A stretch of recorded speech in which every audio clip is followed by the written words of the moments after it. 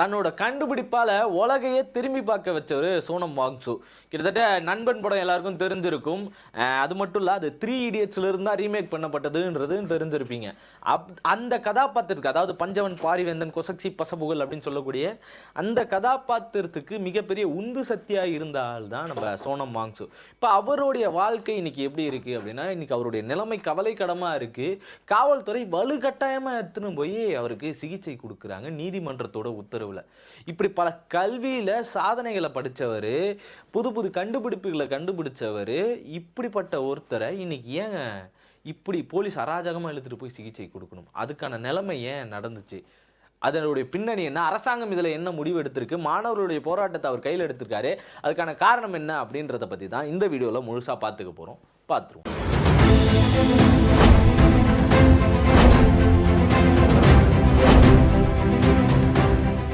வணக்கம் அன்பு தமிழ் சொந்தங்களே. அதாவது நம்ம சோனம் வாங்சு அப்படின்றவர் யாரு அப்படின்னு பார்த்தீங்கன்னா, கிட்டத்தட்ட மிகப்பெரிய கல்வியாளர், அரசியல்வாதிலாம் கிடையாது, கல்வியாளர், மிகப்பெரிய ஆராய்ச்சியாளர், பொறியியல் படிப்பு படித்தவர், ஒரு இன்ஜினியராக இருந்து சும்மா நீங்கள் நண்பன் படம் பார்த்துருந்தாலே தெரியும் அந்த இன்ஜினியர் என்னெல்லாம் வேலை செய்வார். சும்மா ஏதோ படித்தான் போனான் வேலை பார்த்தான், பல பேர் வேலை இல்லாமல் இருக்கான், இன்ஜினியர்னாலே இன்றைக்கி வேலை கொடுக்க மாட்டாங்க, இந்த மாதிரியான பல காரணங்களை தள்ளி வச்சுட்டு தன்னுடைய மக்களுக்கு, அதாவது லடாக் அவருடைய பிறந்த இடம், அந்த லடாக் மக்களுக்கு என்ன செய்ய முடியும், குளிர் பாலைவனமாக இருக்கிற இடத்துக்கு என்ன புதுமையான கண்டுபிடிப்பு கண்டுபிடிக்கும்னு சொல்லி ஐஸ்டுப்பா அப்படின்ற ஒரு புது கண்டுபிடிப்பை கண்டுபிடிச்சு அதில் மக்கள் பல பேர் பாராட்டுற விதமாகவும், உலக மக்களே பாராட்டுற விதமாகவும், உலக சாதனையாளர்கள் எல்லாரும் பாராட்டுற விதமாக அவருடைய கண்டுபிடிப்புகள் இருந்துச்சு. அந்த கண்டுபிடிப்புகள் தாண்டி இன்னும் என்ன பண்ணியிருந்தாருன்னா, கல்வி முறையை மாற்றி அமைக்கணும் அப்படின்னு சொல்லி அவருடைய செயல்முறைகளை அடிக்கடி பண்ணிட்டு இருந்தார்.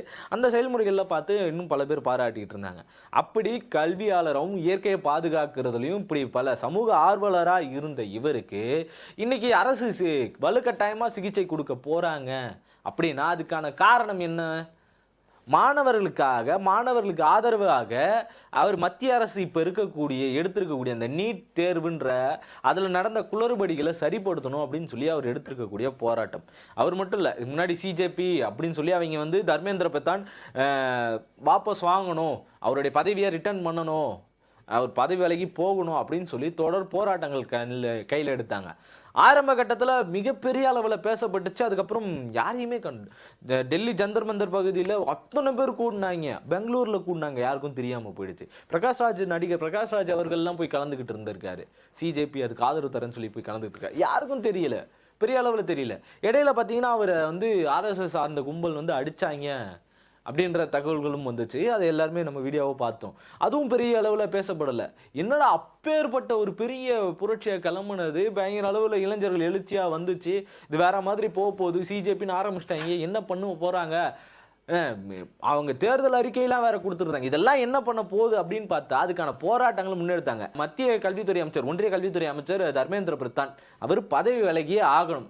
காரணம் என்னன்னா, ஒரு எக்ஸாம் எழுத கூட துப்பு இல்லை உங்களுக்கு. ஒரு ஒன்றிய அரசுக்கு, நாட்டே ஆளக்கூடிய ஒன்றிய அரசுக்கு ஒரு எக்ஸாம் எழுத துப்பு இல்லாமல் போச்சு, ஒரு எக்ஸாம் நடத்த துப்பு இல்லாமல் போயிடுச்சு. இவங்க எங்கேருந்து தேர்தலை ஒழுங்காக நடத்த போகிறாங்க மற்ற எல்லா இடத்துக்கும் அப்படின்ற கேள்வி இன்னொரு பக்கம்.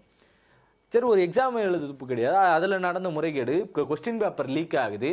கொஸ்டின் பேப்பர் லீக் ஆகிறதுக்கு இவங்க என்ன பண்ணுவாங்க, டெலிகிராமை முடக்குவாங்க. டெலிகிராமில் லீக் பண்ணுறதுக்கு அதில் தானே லீக் பண்ணுறாங்க, அப்போ அதை முடக்கிறேன் அப்படின்றது என்ன அநியாயமாக இல்லையா உங்களுக்குலாம்? இதெல்லாம் நியாயமாக? இது எங்கேயோ போன மாதிரியா, தேமலை ஏரியா தாண்டுற மாதிரி டெலிகிராம் ஒரு பக்கம் ஒரு 4 நாள் செயல்படாமல் இருந்துச்சு.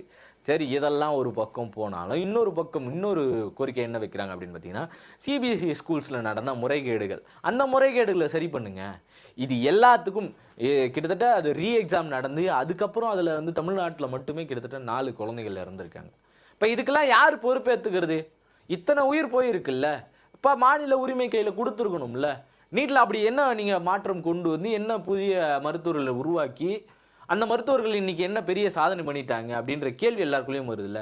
அதே தானே, இதுக்கு பயிற்சி முட்டை குடோன்லேயே இருந்துக்கலாமே அப்படின்ற மாதிரியான நிலைமைக்கு தான் இன்றைக்கி எல்லாருமே தள்ளப்பட்டிருக்காங்க.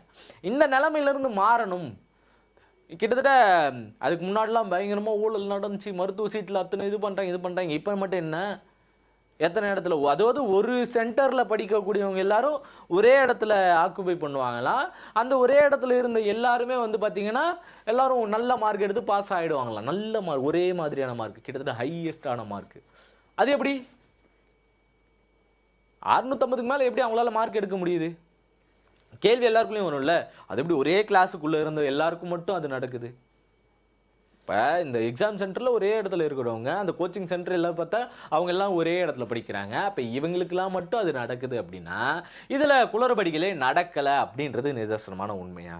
இதை எல்லாத்தையும் எதிர்த்து கேட்டு இது எல்லாத்துக்கும் பொறுப்பேற்றுக்கிட்டு இப்படி எங்களால் நடத்த முடியலப்பா, எங்களால் ஒரு எக்ஸாம் நடத்த முடியல அப்படின்னு சொல்லி பொறுப்பேற்றுக்கிட்டு தர்மேந்திர பிரதான் அவர்கள் பதவி விலகியே ஆகணும் அப்படின்னு சொல்லி கடுமையான போராட்டங்களை முன்னெடுத்திருக்காங்க. கிட்டத்தட்ட 19வது நாள் நடந்துகிட்டு இருக்கு இந்த போராட்டம்க்கு. உண்ணாவிரத போராட்டமாக நடந்துகிட்டு இருக்கு. இந்த போராட்டம் நடந்த 2வது நாள்லேயே அவருடைய ஆதரவை தெரிவிச்சிட்டாரு சோனம் வாங்சு. இப்போ அப்படி ஆதரவு தெரிவித்து அவர் கிட்டத்தட்ட இன்னைக்கு 17 நாள், 18வது நாள் இன்னைக்கு அவர் உடல்நிலை ரொம்ப மோசமான நிலையில் மாறிக்கிட்டே வருது. இந்த மோசமான நிலை ஏற்பட்டதும் உடனே தகவல்கள் போகுது. ஏன்னா இப்படி ஒரு போராட்டத்தில் அவரோட உயிர் போயிருக்கு அப்படின்னா உலக அளவில் அது அசைச்சு பார்க்கக்கூடிய ஒரு செயல். இன்றைக்கி எல்லாரும் பயங்கரமாக பாராட்டுறாங்கல்ல.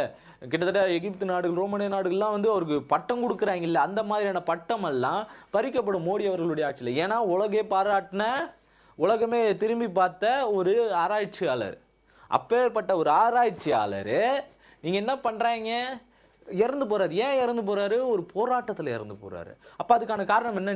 நீட்டு பின்னாடி என்ன இருக்குது, அதில் என்னென்ன ஊழல் நடந்திருக்குன்னு உலகமே பேசப்படும். அப்போ அவர் மேலே இருக்கக்கூடிய சில நன்மதிப்புகள் குறைக்கப்படும். உலக அரங்கில் அவர் பெரிய சிறந்த ஒரு ஆட்சியாளர் அப்படின்னு சொல்லி எல்லாரும் பாராட்டிக்கிட்டு இருக்காங்க.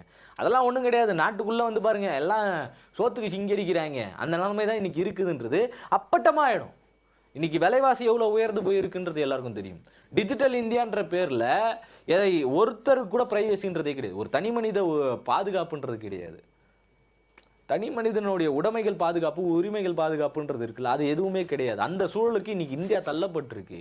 என்ன வளர்ச்சி அப்படின்னு கேட்டிங்கன்னா எல்லாம் இப்படியானது தான் இருந்துக்கிட்டு இருக்கு இன்றைக்கி இந்தியாவுக்குள்ளே. சரி, இதை மாற்றி அமைக்கணும் அப்படின்னா கல்வியிலிருந்து முன்னுக்கு கொண்டு வரணும், கல்வியில் நடக்கக்கூடிய பிரச்சனைகளை தீர்த்து வைக்கணும் அப்படின்ற காரணத்துக்காக சிஜேபின்னு ஒன்று ஆரம்பித்து ஒரு பெரிய இயக்கம். அது ஆரம்பிக்கிறதுக்கு பெரிய காரணம்லாம் ஒன்றும் இல்லை. ஒரு நீதிபதி திட்டார், கண்டனம் தெரிவிக்கிற இடத்துல கட்சியாகவே உருவாக்கிட்டாங்க. கரப்பாம்பூச்சி மாதிரி வேலை இல்லாதவங்களாம் சுற்றிட்டு இருக்காங்க. அவங்க எல்லாரும் இன்றைக்கி போராட்டம் பண்ணிக்கிட்டு இருக்காங்க. கல்விக்காக போராட்டம் பண்ணிக்கிட்டு இருக்காங்க. கல்வியில் நடந்த முறைகேட்டுக்காக போராட்டம் பண்ணிக்கிட்டு இருக்காங்க. அதில் அவருடைய நிலைமை இப்படி இருக்குது. அவருடைய நிலைமை இப்படி ஆனதும் வலுக்கட்டாயமாக நீதிமன்றம் என்ன பண்ணுதுன்னா அவருடைய உடலை பாதுகாத்துங்க, ஆஸ்பத்திரி கூட்டின்னு போங்கன்னு போலீஸ்க்கு உத்தரவிட்டது. வலுக்கட்டாயமாக அங்கேருந்து கூட்டிகிட்டு போய் என்ன பண்ணுறாங்க அப்படின்னா அவருடைய உடலுக்கு சிகிச்சை பார்க்குறாங்க. இல்லை அவர் அப்படியே விட்டால் நாட்டோட நிலைமை வேறையாக மாறிடும் அப்படின்னு சொல்லிட்டு இதுக்கு நீதிமன்றமும் துணை நிற்கிது. அவரை பாதுகாக்கணுன்றது ரொம்ப உரிமை, ரொம்ப முக்கியமான ஒரு செயல் தான். அதை எப்படி பாதுகாக்கணும்? அவங்க கோரிக்கைகளை நிறைவேற்றி பாதுகாக்கணும். அதை விட்டுட்டு வலுக்கட்டாயமாக போராட்டம் பண்ணுற எல்லாரையும் வந்து அப்படியே கூட்டிகிட்டு போயிடுறது கிடையாது. 17 நாள் ஒருத்தர் சாப்பிடாமல் இருந்து தான் உசுரை பணையம் வச்சுருக்காரு அப்படின்னா யாருக்காக, எதுக்காக? அவருக்கு அரசியல் ஆதாயம் என்ன? அவர் பின்னாடி யார் இருக்கா? இப்படியான கேள்விகள் போதே தவிர அது அவர் போராடுறதுக்கான பின்னணி காரணம் என்ன? நீட் தேர்வு வேண்டாம். நீட் தேர்வு வந்ததுக்கப்புறம் இங்கே பெரிய புரட்சிலாம் ஒன்றும் நடந்துடல மருத்துவத்தில்.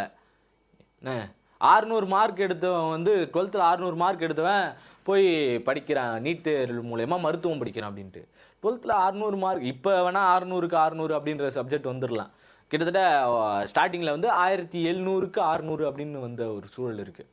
1200 டோட்டல் இருக்கும்போது 600 மார்க் எடுத்தவன் போய் படிக்க முடியும் அப்படின்ற ஒரு சூழல் அப்போ இருந்துச்சு. இப்போ அந்த மார்க்கு கம்பேரிட்டிவ்லி கம்பேர் பண்ணி பாருங்கள். இப்போ அது வெறும் 200க்கு வரும்.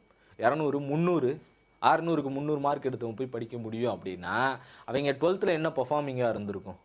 அப்போ முழுக்க அவங்க மற்ற சப்ஜெக்ட் எதையும் படிக்கலை, நீட் தேர்வில் மட்டும் அவன் கான்சன்ட்ரேட் இருந்திருக்கு அப்படின்னா வெறும் எக்ஸாமுக்காக மனப்பாடம் பண்ணி ஒப்பிக்காதீங்க, மனப்பாடம் பண்ணி வாந்தி எடுக்காதீங்க அப்படின்னு சொல்லி ஸ்கூலில் சொல்லி கொடுத்தது எல்லாம் வேஸ்ட் ஆச்சு. ஒரு பாடத்தை புரிஞ்சு படிங்க. ஒரு சதைனா அது கில்லனா வலிக்கும், ஊசி வச்சு குத்தனா வலிக்கும் அப்படின்லாம் நமக்கு புரிதல் இருக்குல்ல. ஏன்னா சின்ன வயசுலேருந்தே இருக்குது. அதை வெறும் புத்தகத்தில் நீ சதைனா கில்லனா வலிக்கும் அப்படின்னா நம்ம என்னன்னு தெரியும்? நெருப்புனா சூடுனா விரல வச்சு பார்த்தா தான் தெரியும் அது சூடுவோம், அந்த சூடு எப்படி இருக்கும், அது நமக்கு எப்படி வலிக்கும்ன்றதெல்லாம். இப்போ இந்த ப்ராக்டிக்கல் எல்லாத்தையும் விட்டுட்டு நீட் தேர்வுன்னு அவங்கள விட்டுட்டு அவங்களுக்கு ஃபிசிக்ஸ் படிக்க விடாமல், கெமிஸ்ட்ரி படிக்க விடாமல், பெரிய ஆராய்ச்சியாளர்களை எல்லாத்தையும் தடுத்து நிறுத்திட்டு வெறும் பயாலஜிக்கலும் சுவாலஜிக்கல் மட்டுமே அவங்கள கான்சென்ட்ரேட் பண்ண வச்சு அதை தாண்டி வேறு எதுவும் இல்லைன்ற நிலைமைக்கு இன்றைக்கி மொத்தமாக தள்ளப்பட்டிருக்கு கல்வி நிலையங்கள் மொத்தம். இதெல்லாம் இப்படி இருக்கக்கூடாது. ஒரு தேர்வை ஒழுங்காக எழுத தெரிலன்னு சொல்லி எதிர்த்து போராட்டம் பண்ணால் அவங்கள கைது பண்ணி போராட்டக்காரர்களை கலைச்சி விடுறது தான் இவங்களுடைய முக்கிய நோக்கமாக இருக்குதே தவிர ஒரு அடுத்த கட்டத்துக்கு எப்படி போகணுன்ற நோக்கம் கொஞ்சம் கூட இல்லை. அந்த நோக்கத்தில் இருந்திருந்தாங்க அப்படின்னா இன்றைக்கி அவங்களுடைய கோரிக்கைகள் நிறைவேற்றப்பட்டிருக்கும். உங்கள் கோரிக்கைகளை இப்போதைக்கு நாங்கள் கேட்டுக்கிறோம், தற்காலிகமாக அது நிறைவேற்றப்படுது, ஆலோசனைக்கு பிறகு அது முழுசாக நிறைவேற்றப்படும் அப்படின்னு சொல்லி அவங்க செஞ்சுருக்கணும். அப்படி செஞ்சாங்களா? இல்லை. போராட்டக்காரங்களே எல்லாத்தையும் கலைச்சி விடுறதுக்கான வேலைகளை தான் தொடர்ந்து பார்த்துக்கிட்டு இருக்காங்க.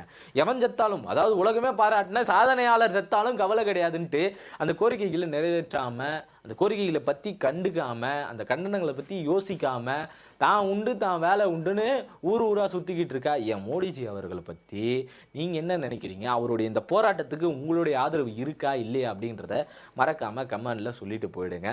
இன்னும் இதே மாதிரி அவரை பற்றின நிறைய அப்டேட்ஸும், அது மட்டும் இல்லாமல் இன்னும் பல அரசியலில் நடக்கக்கூடிய சூழல்களும் பொது விஷயங்களை பற்றி நம்ம தொடர்ந்து தெரிஞ்சுக்கணும்னா சேனலை ஃபாலோ பண்ணி வச்சுக்கோங்க. நன்றி, வணக்கம்.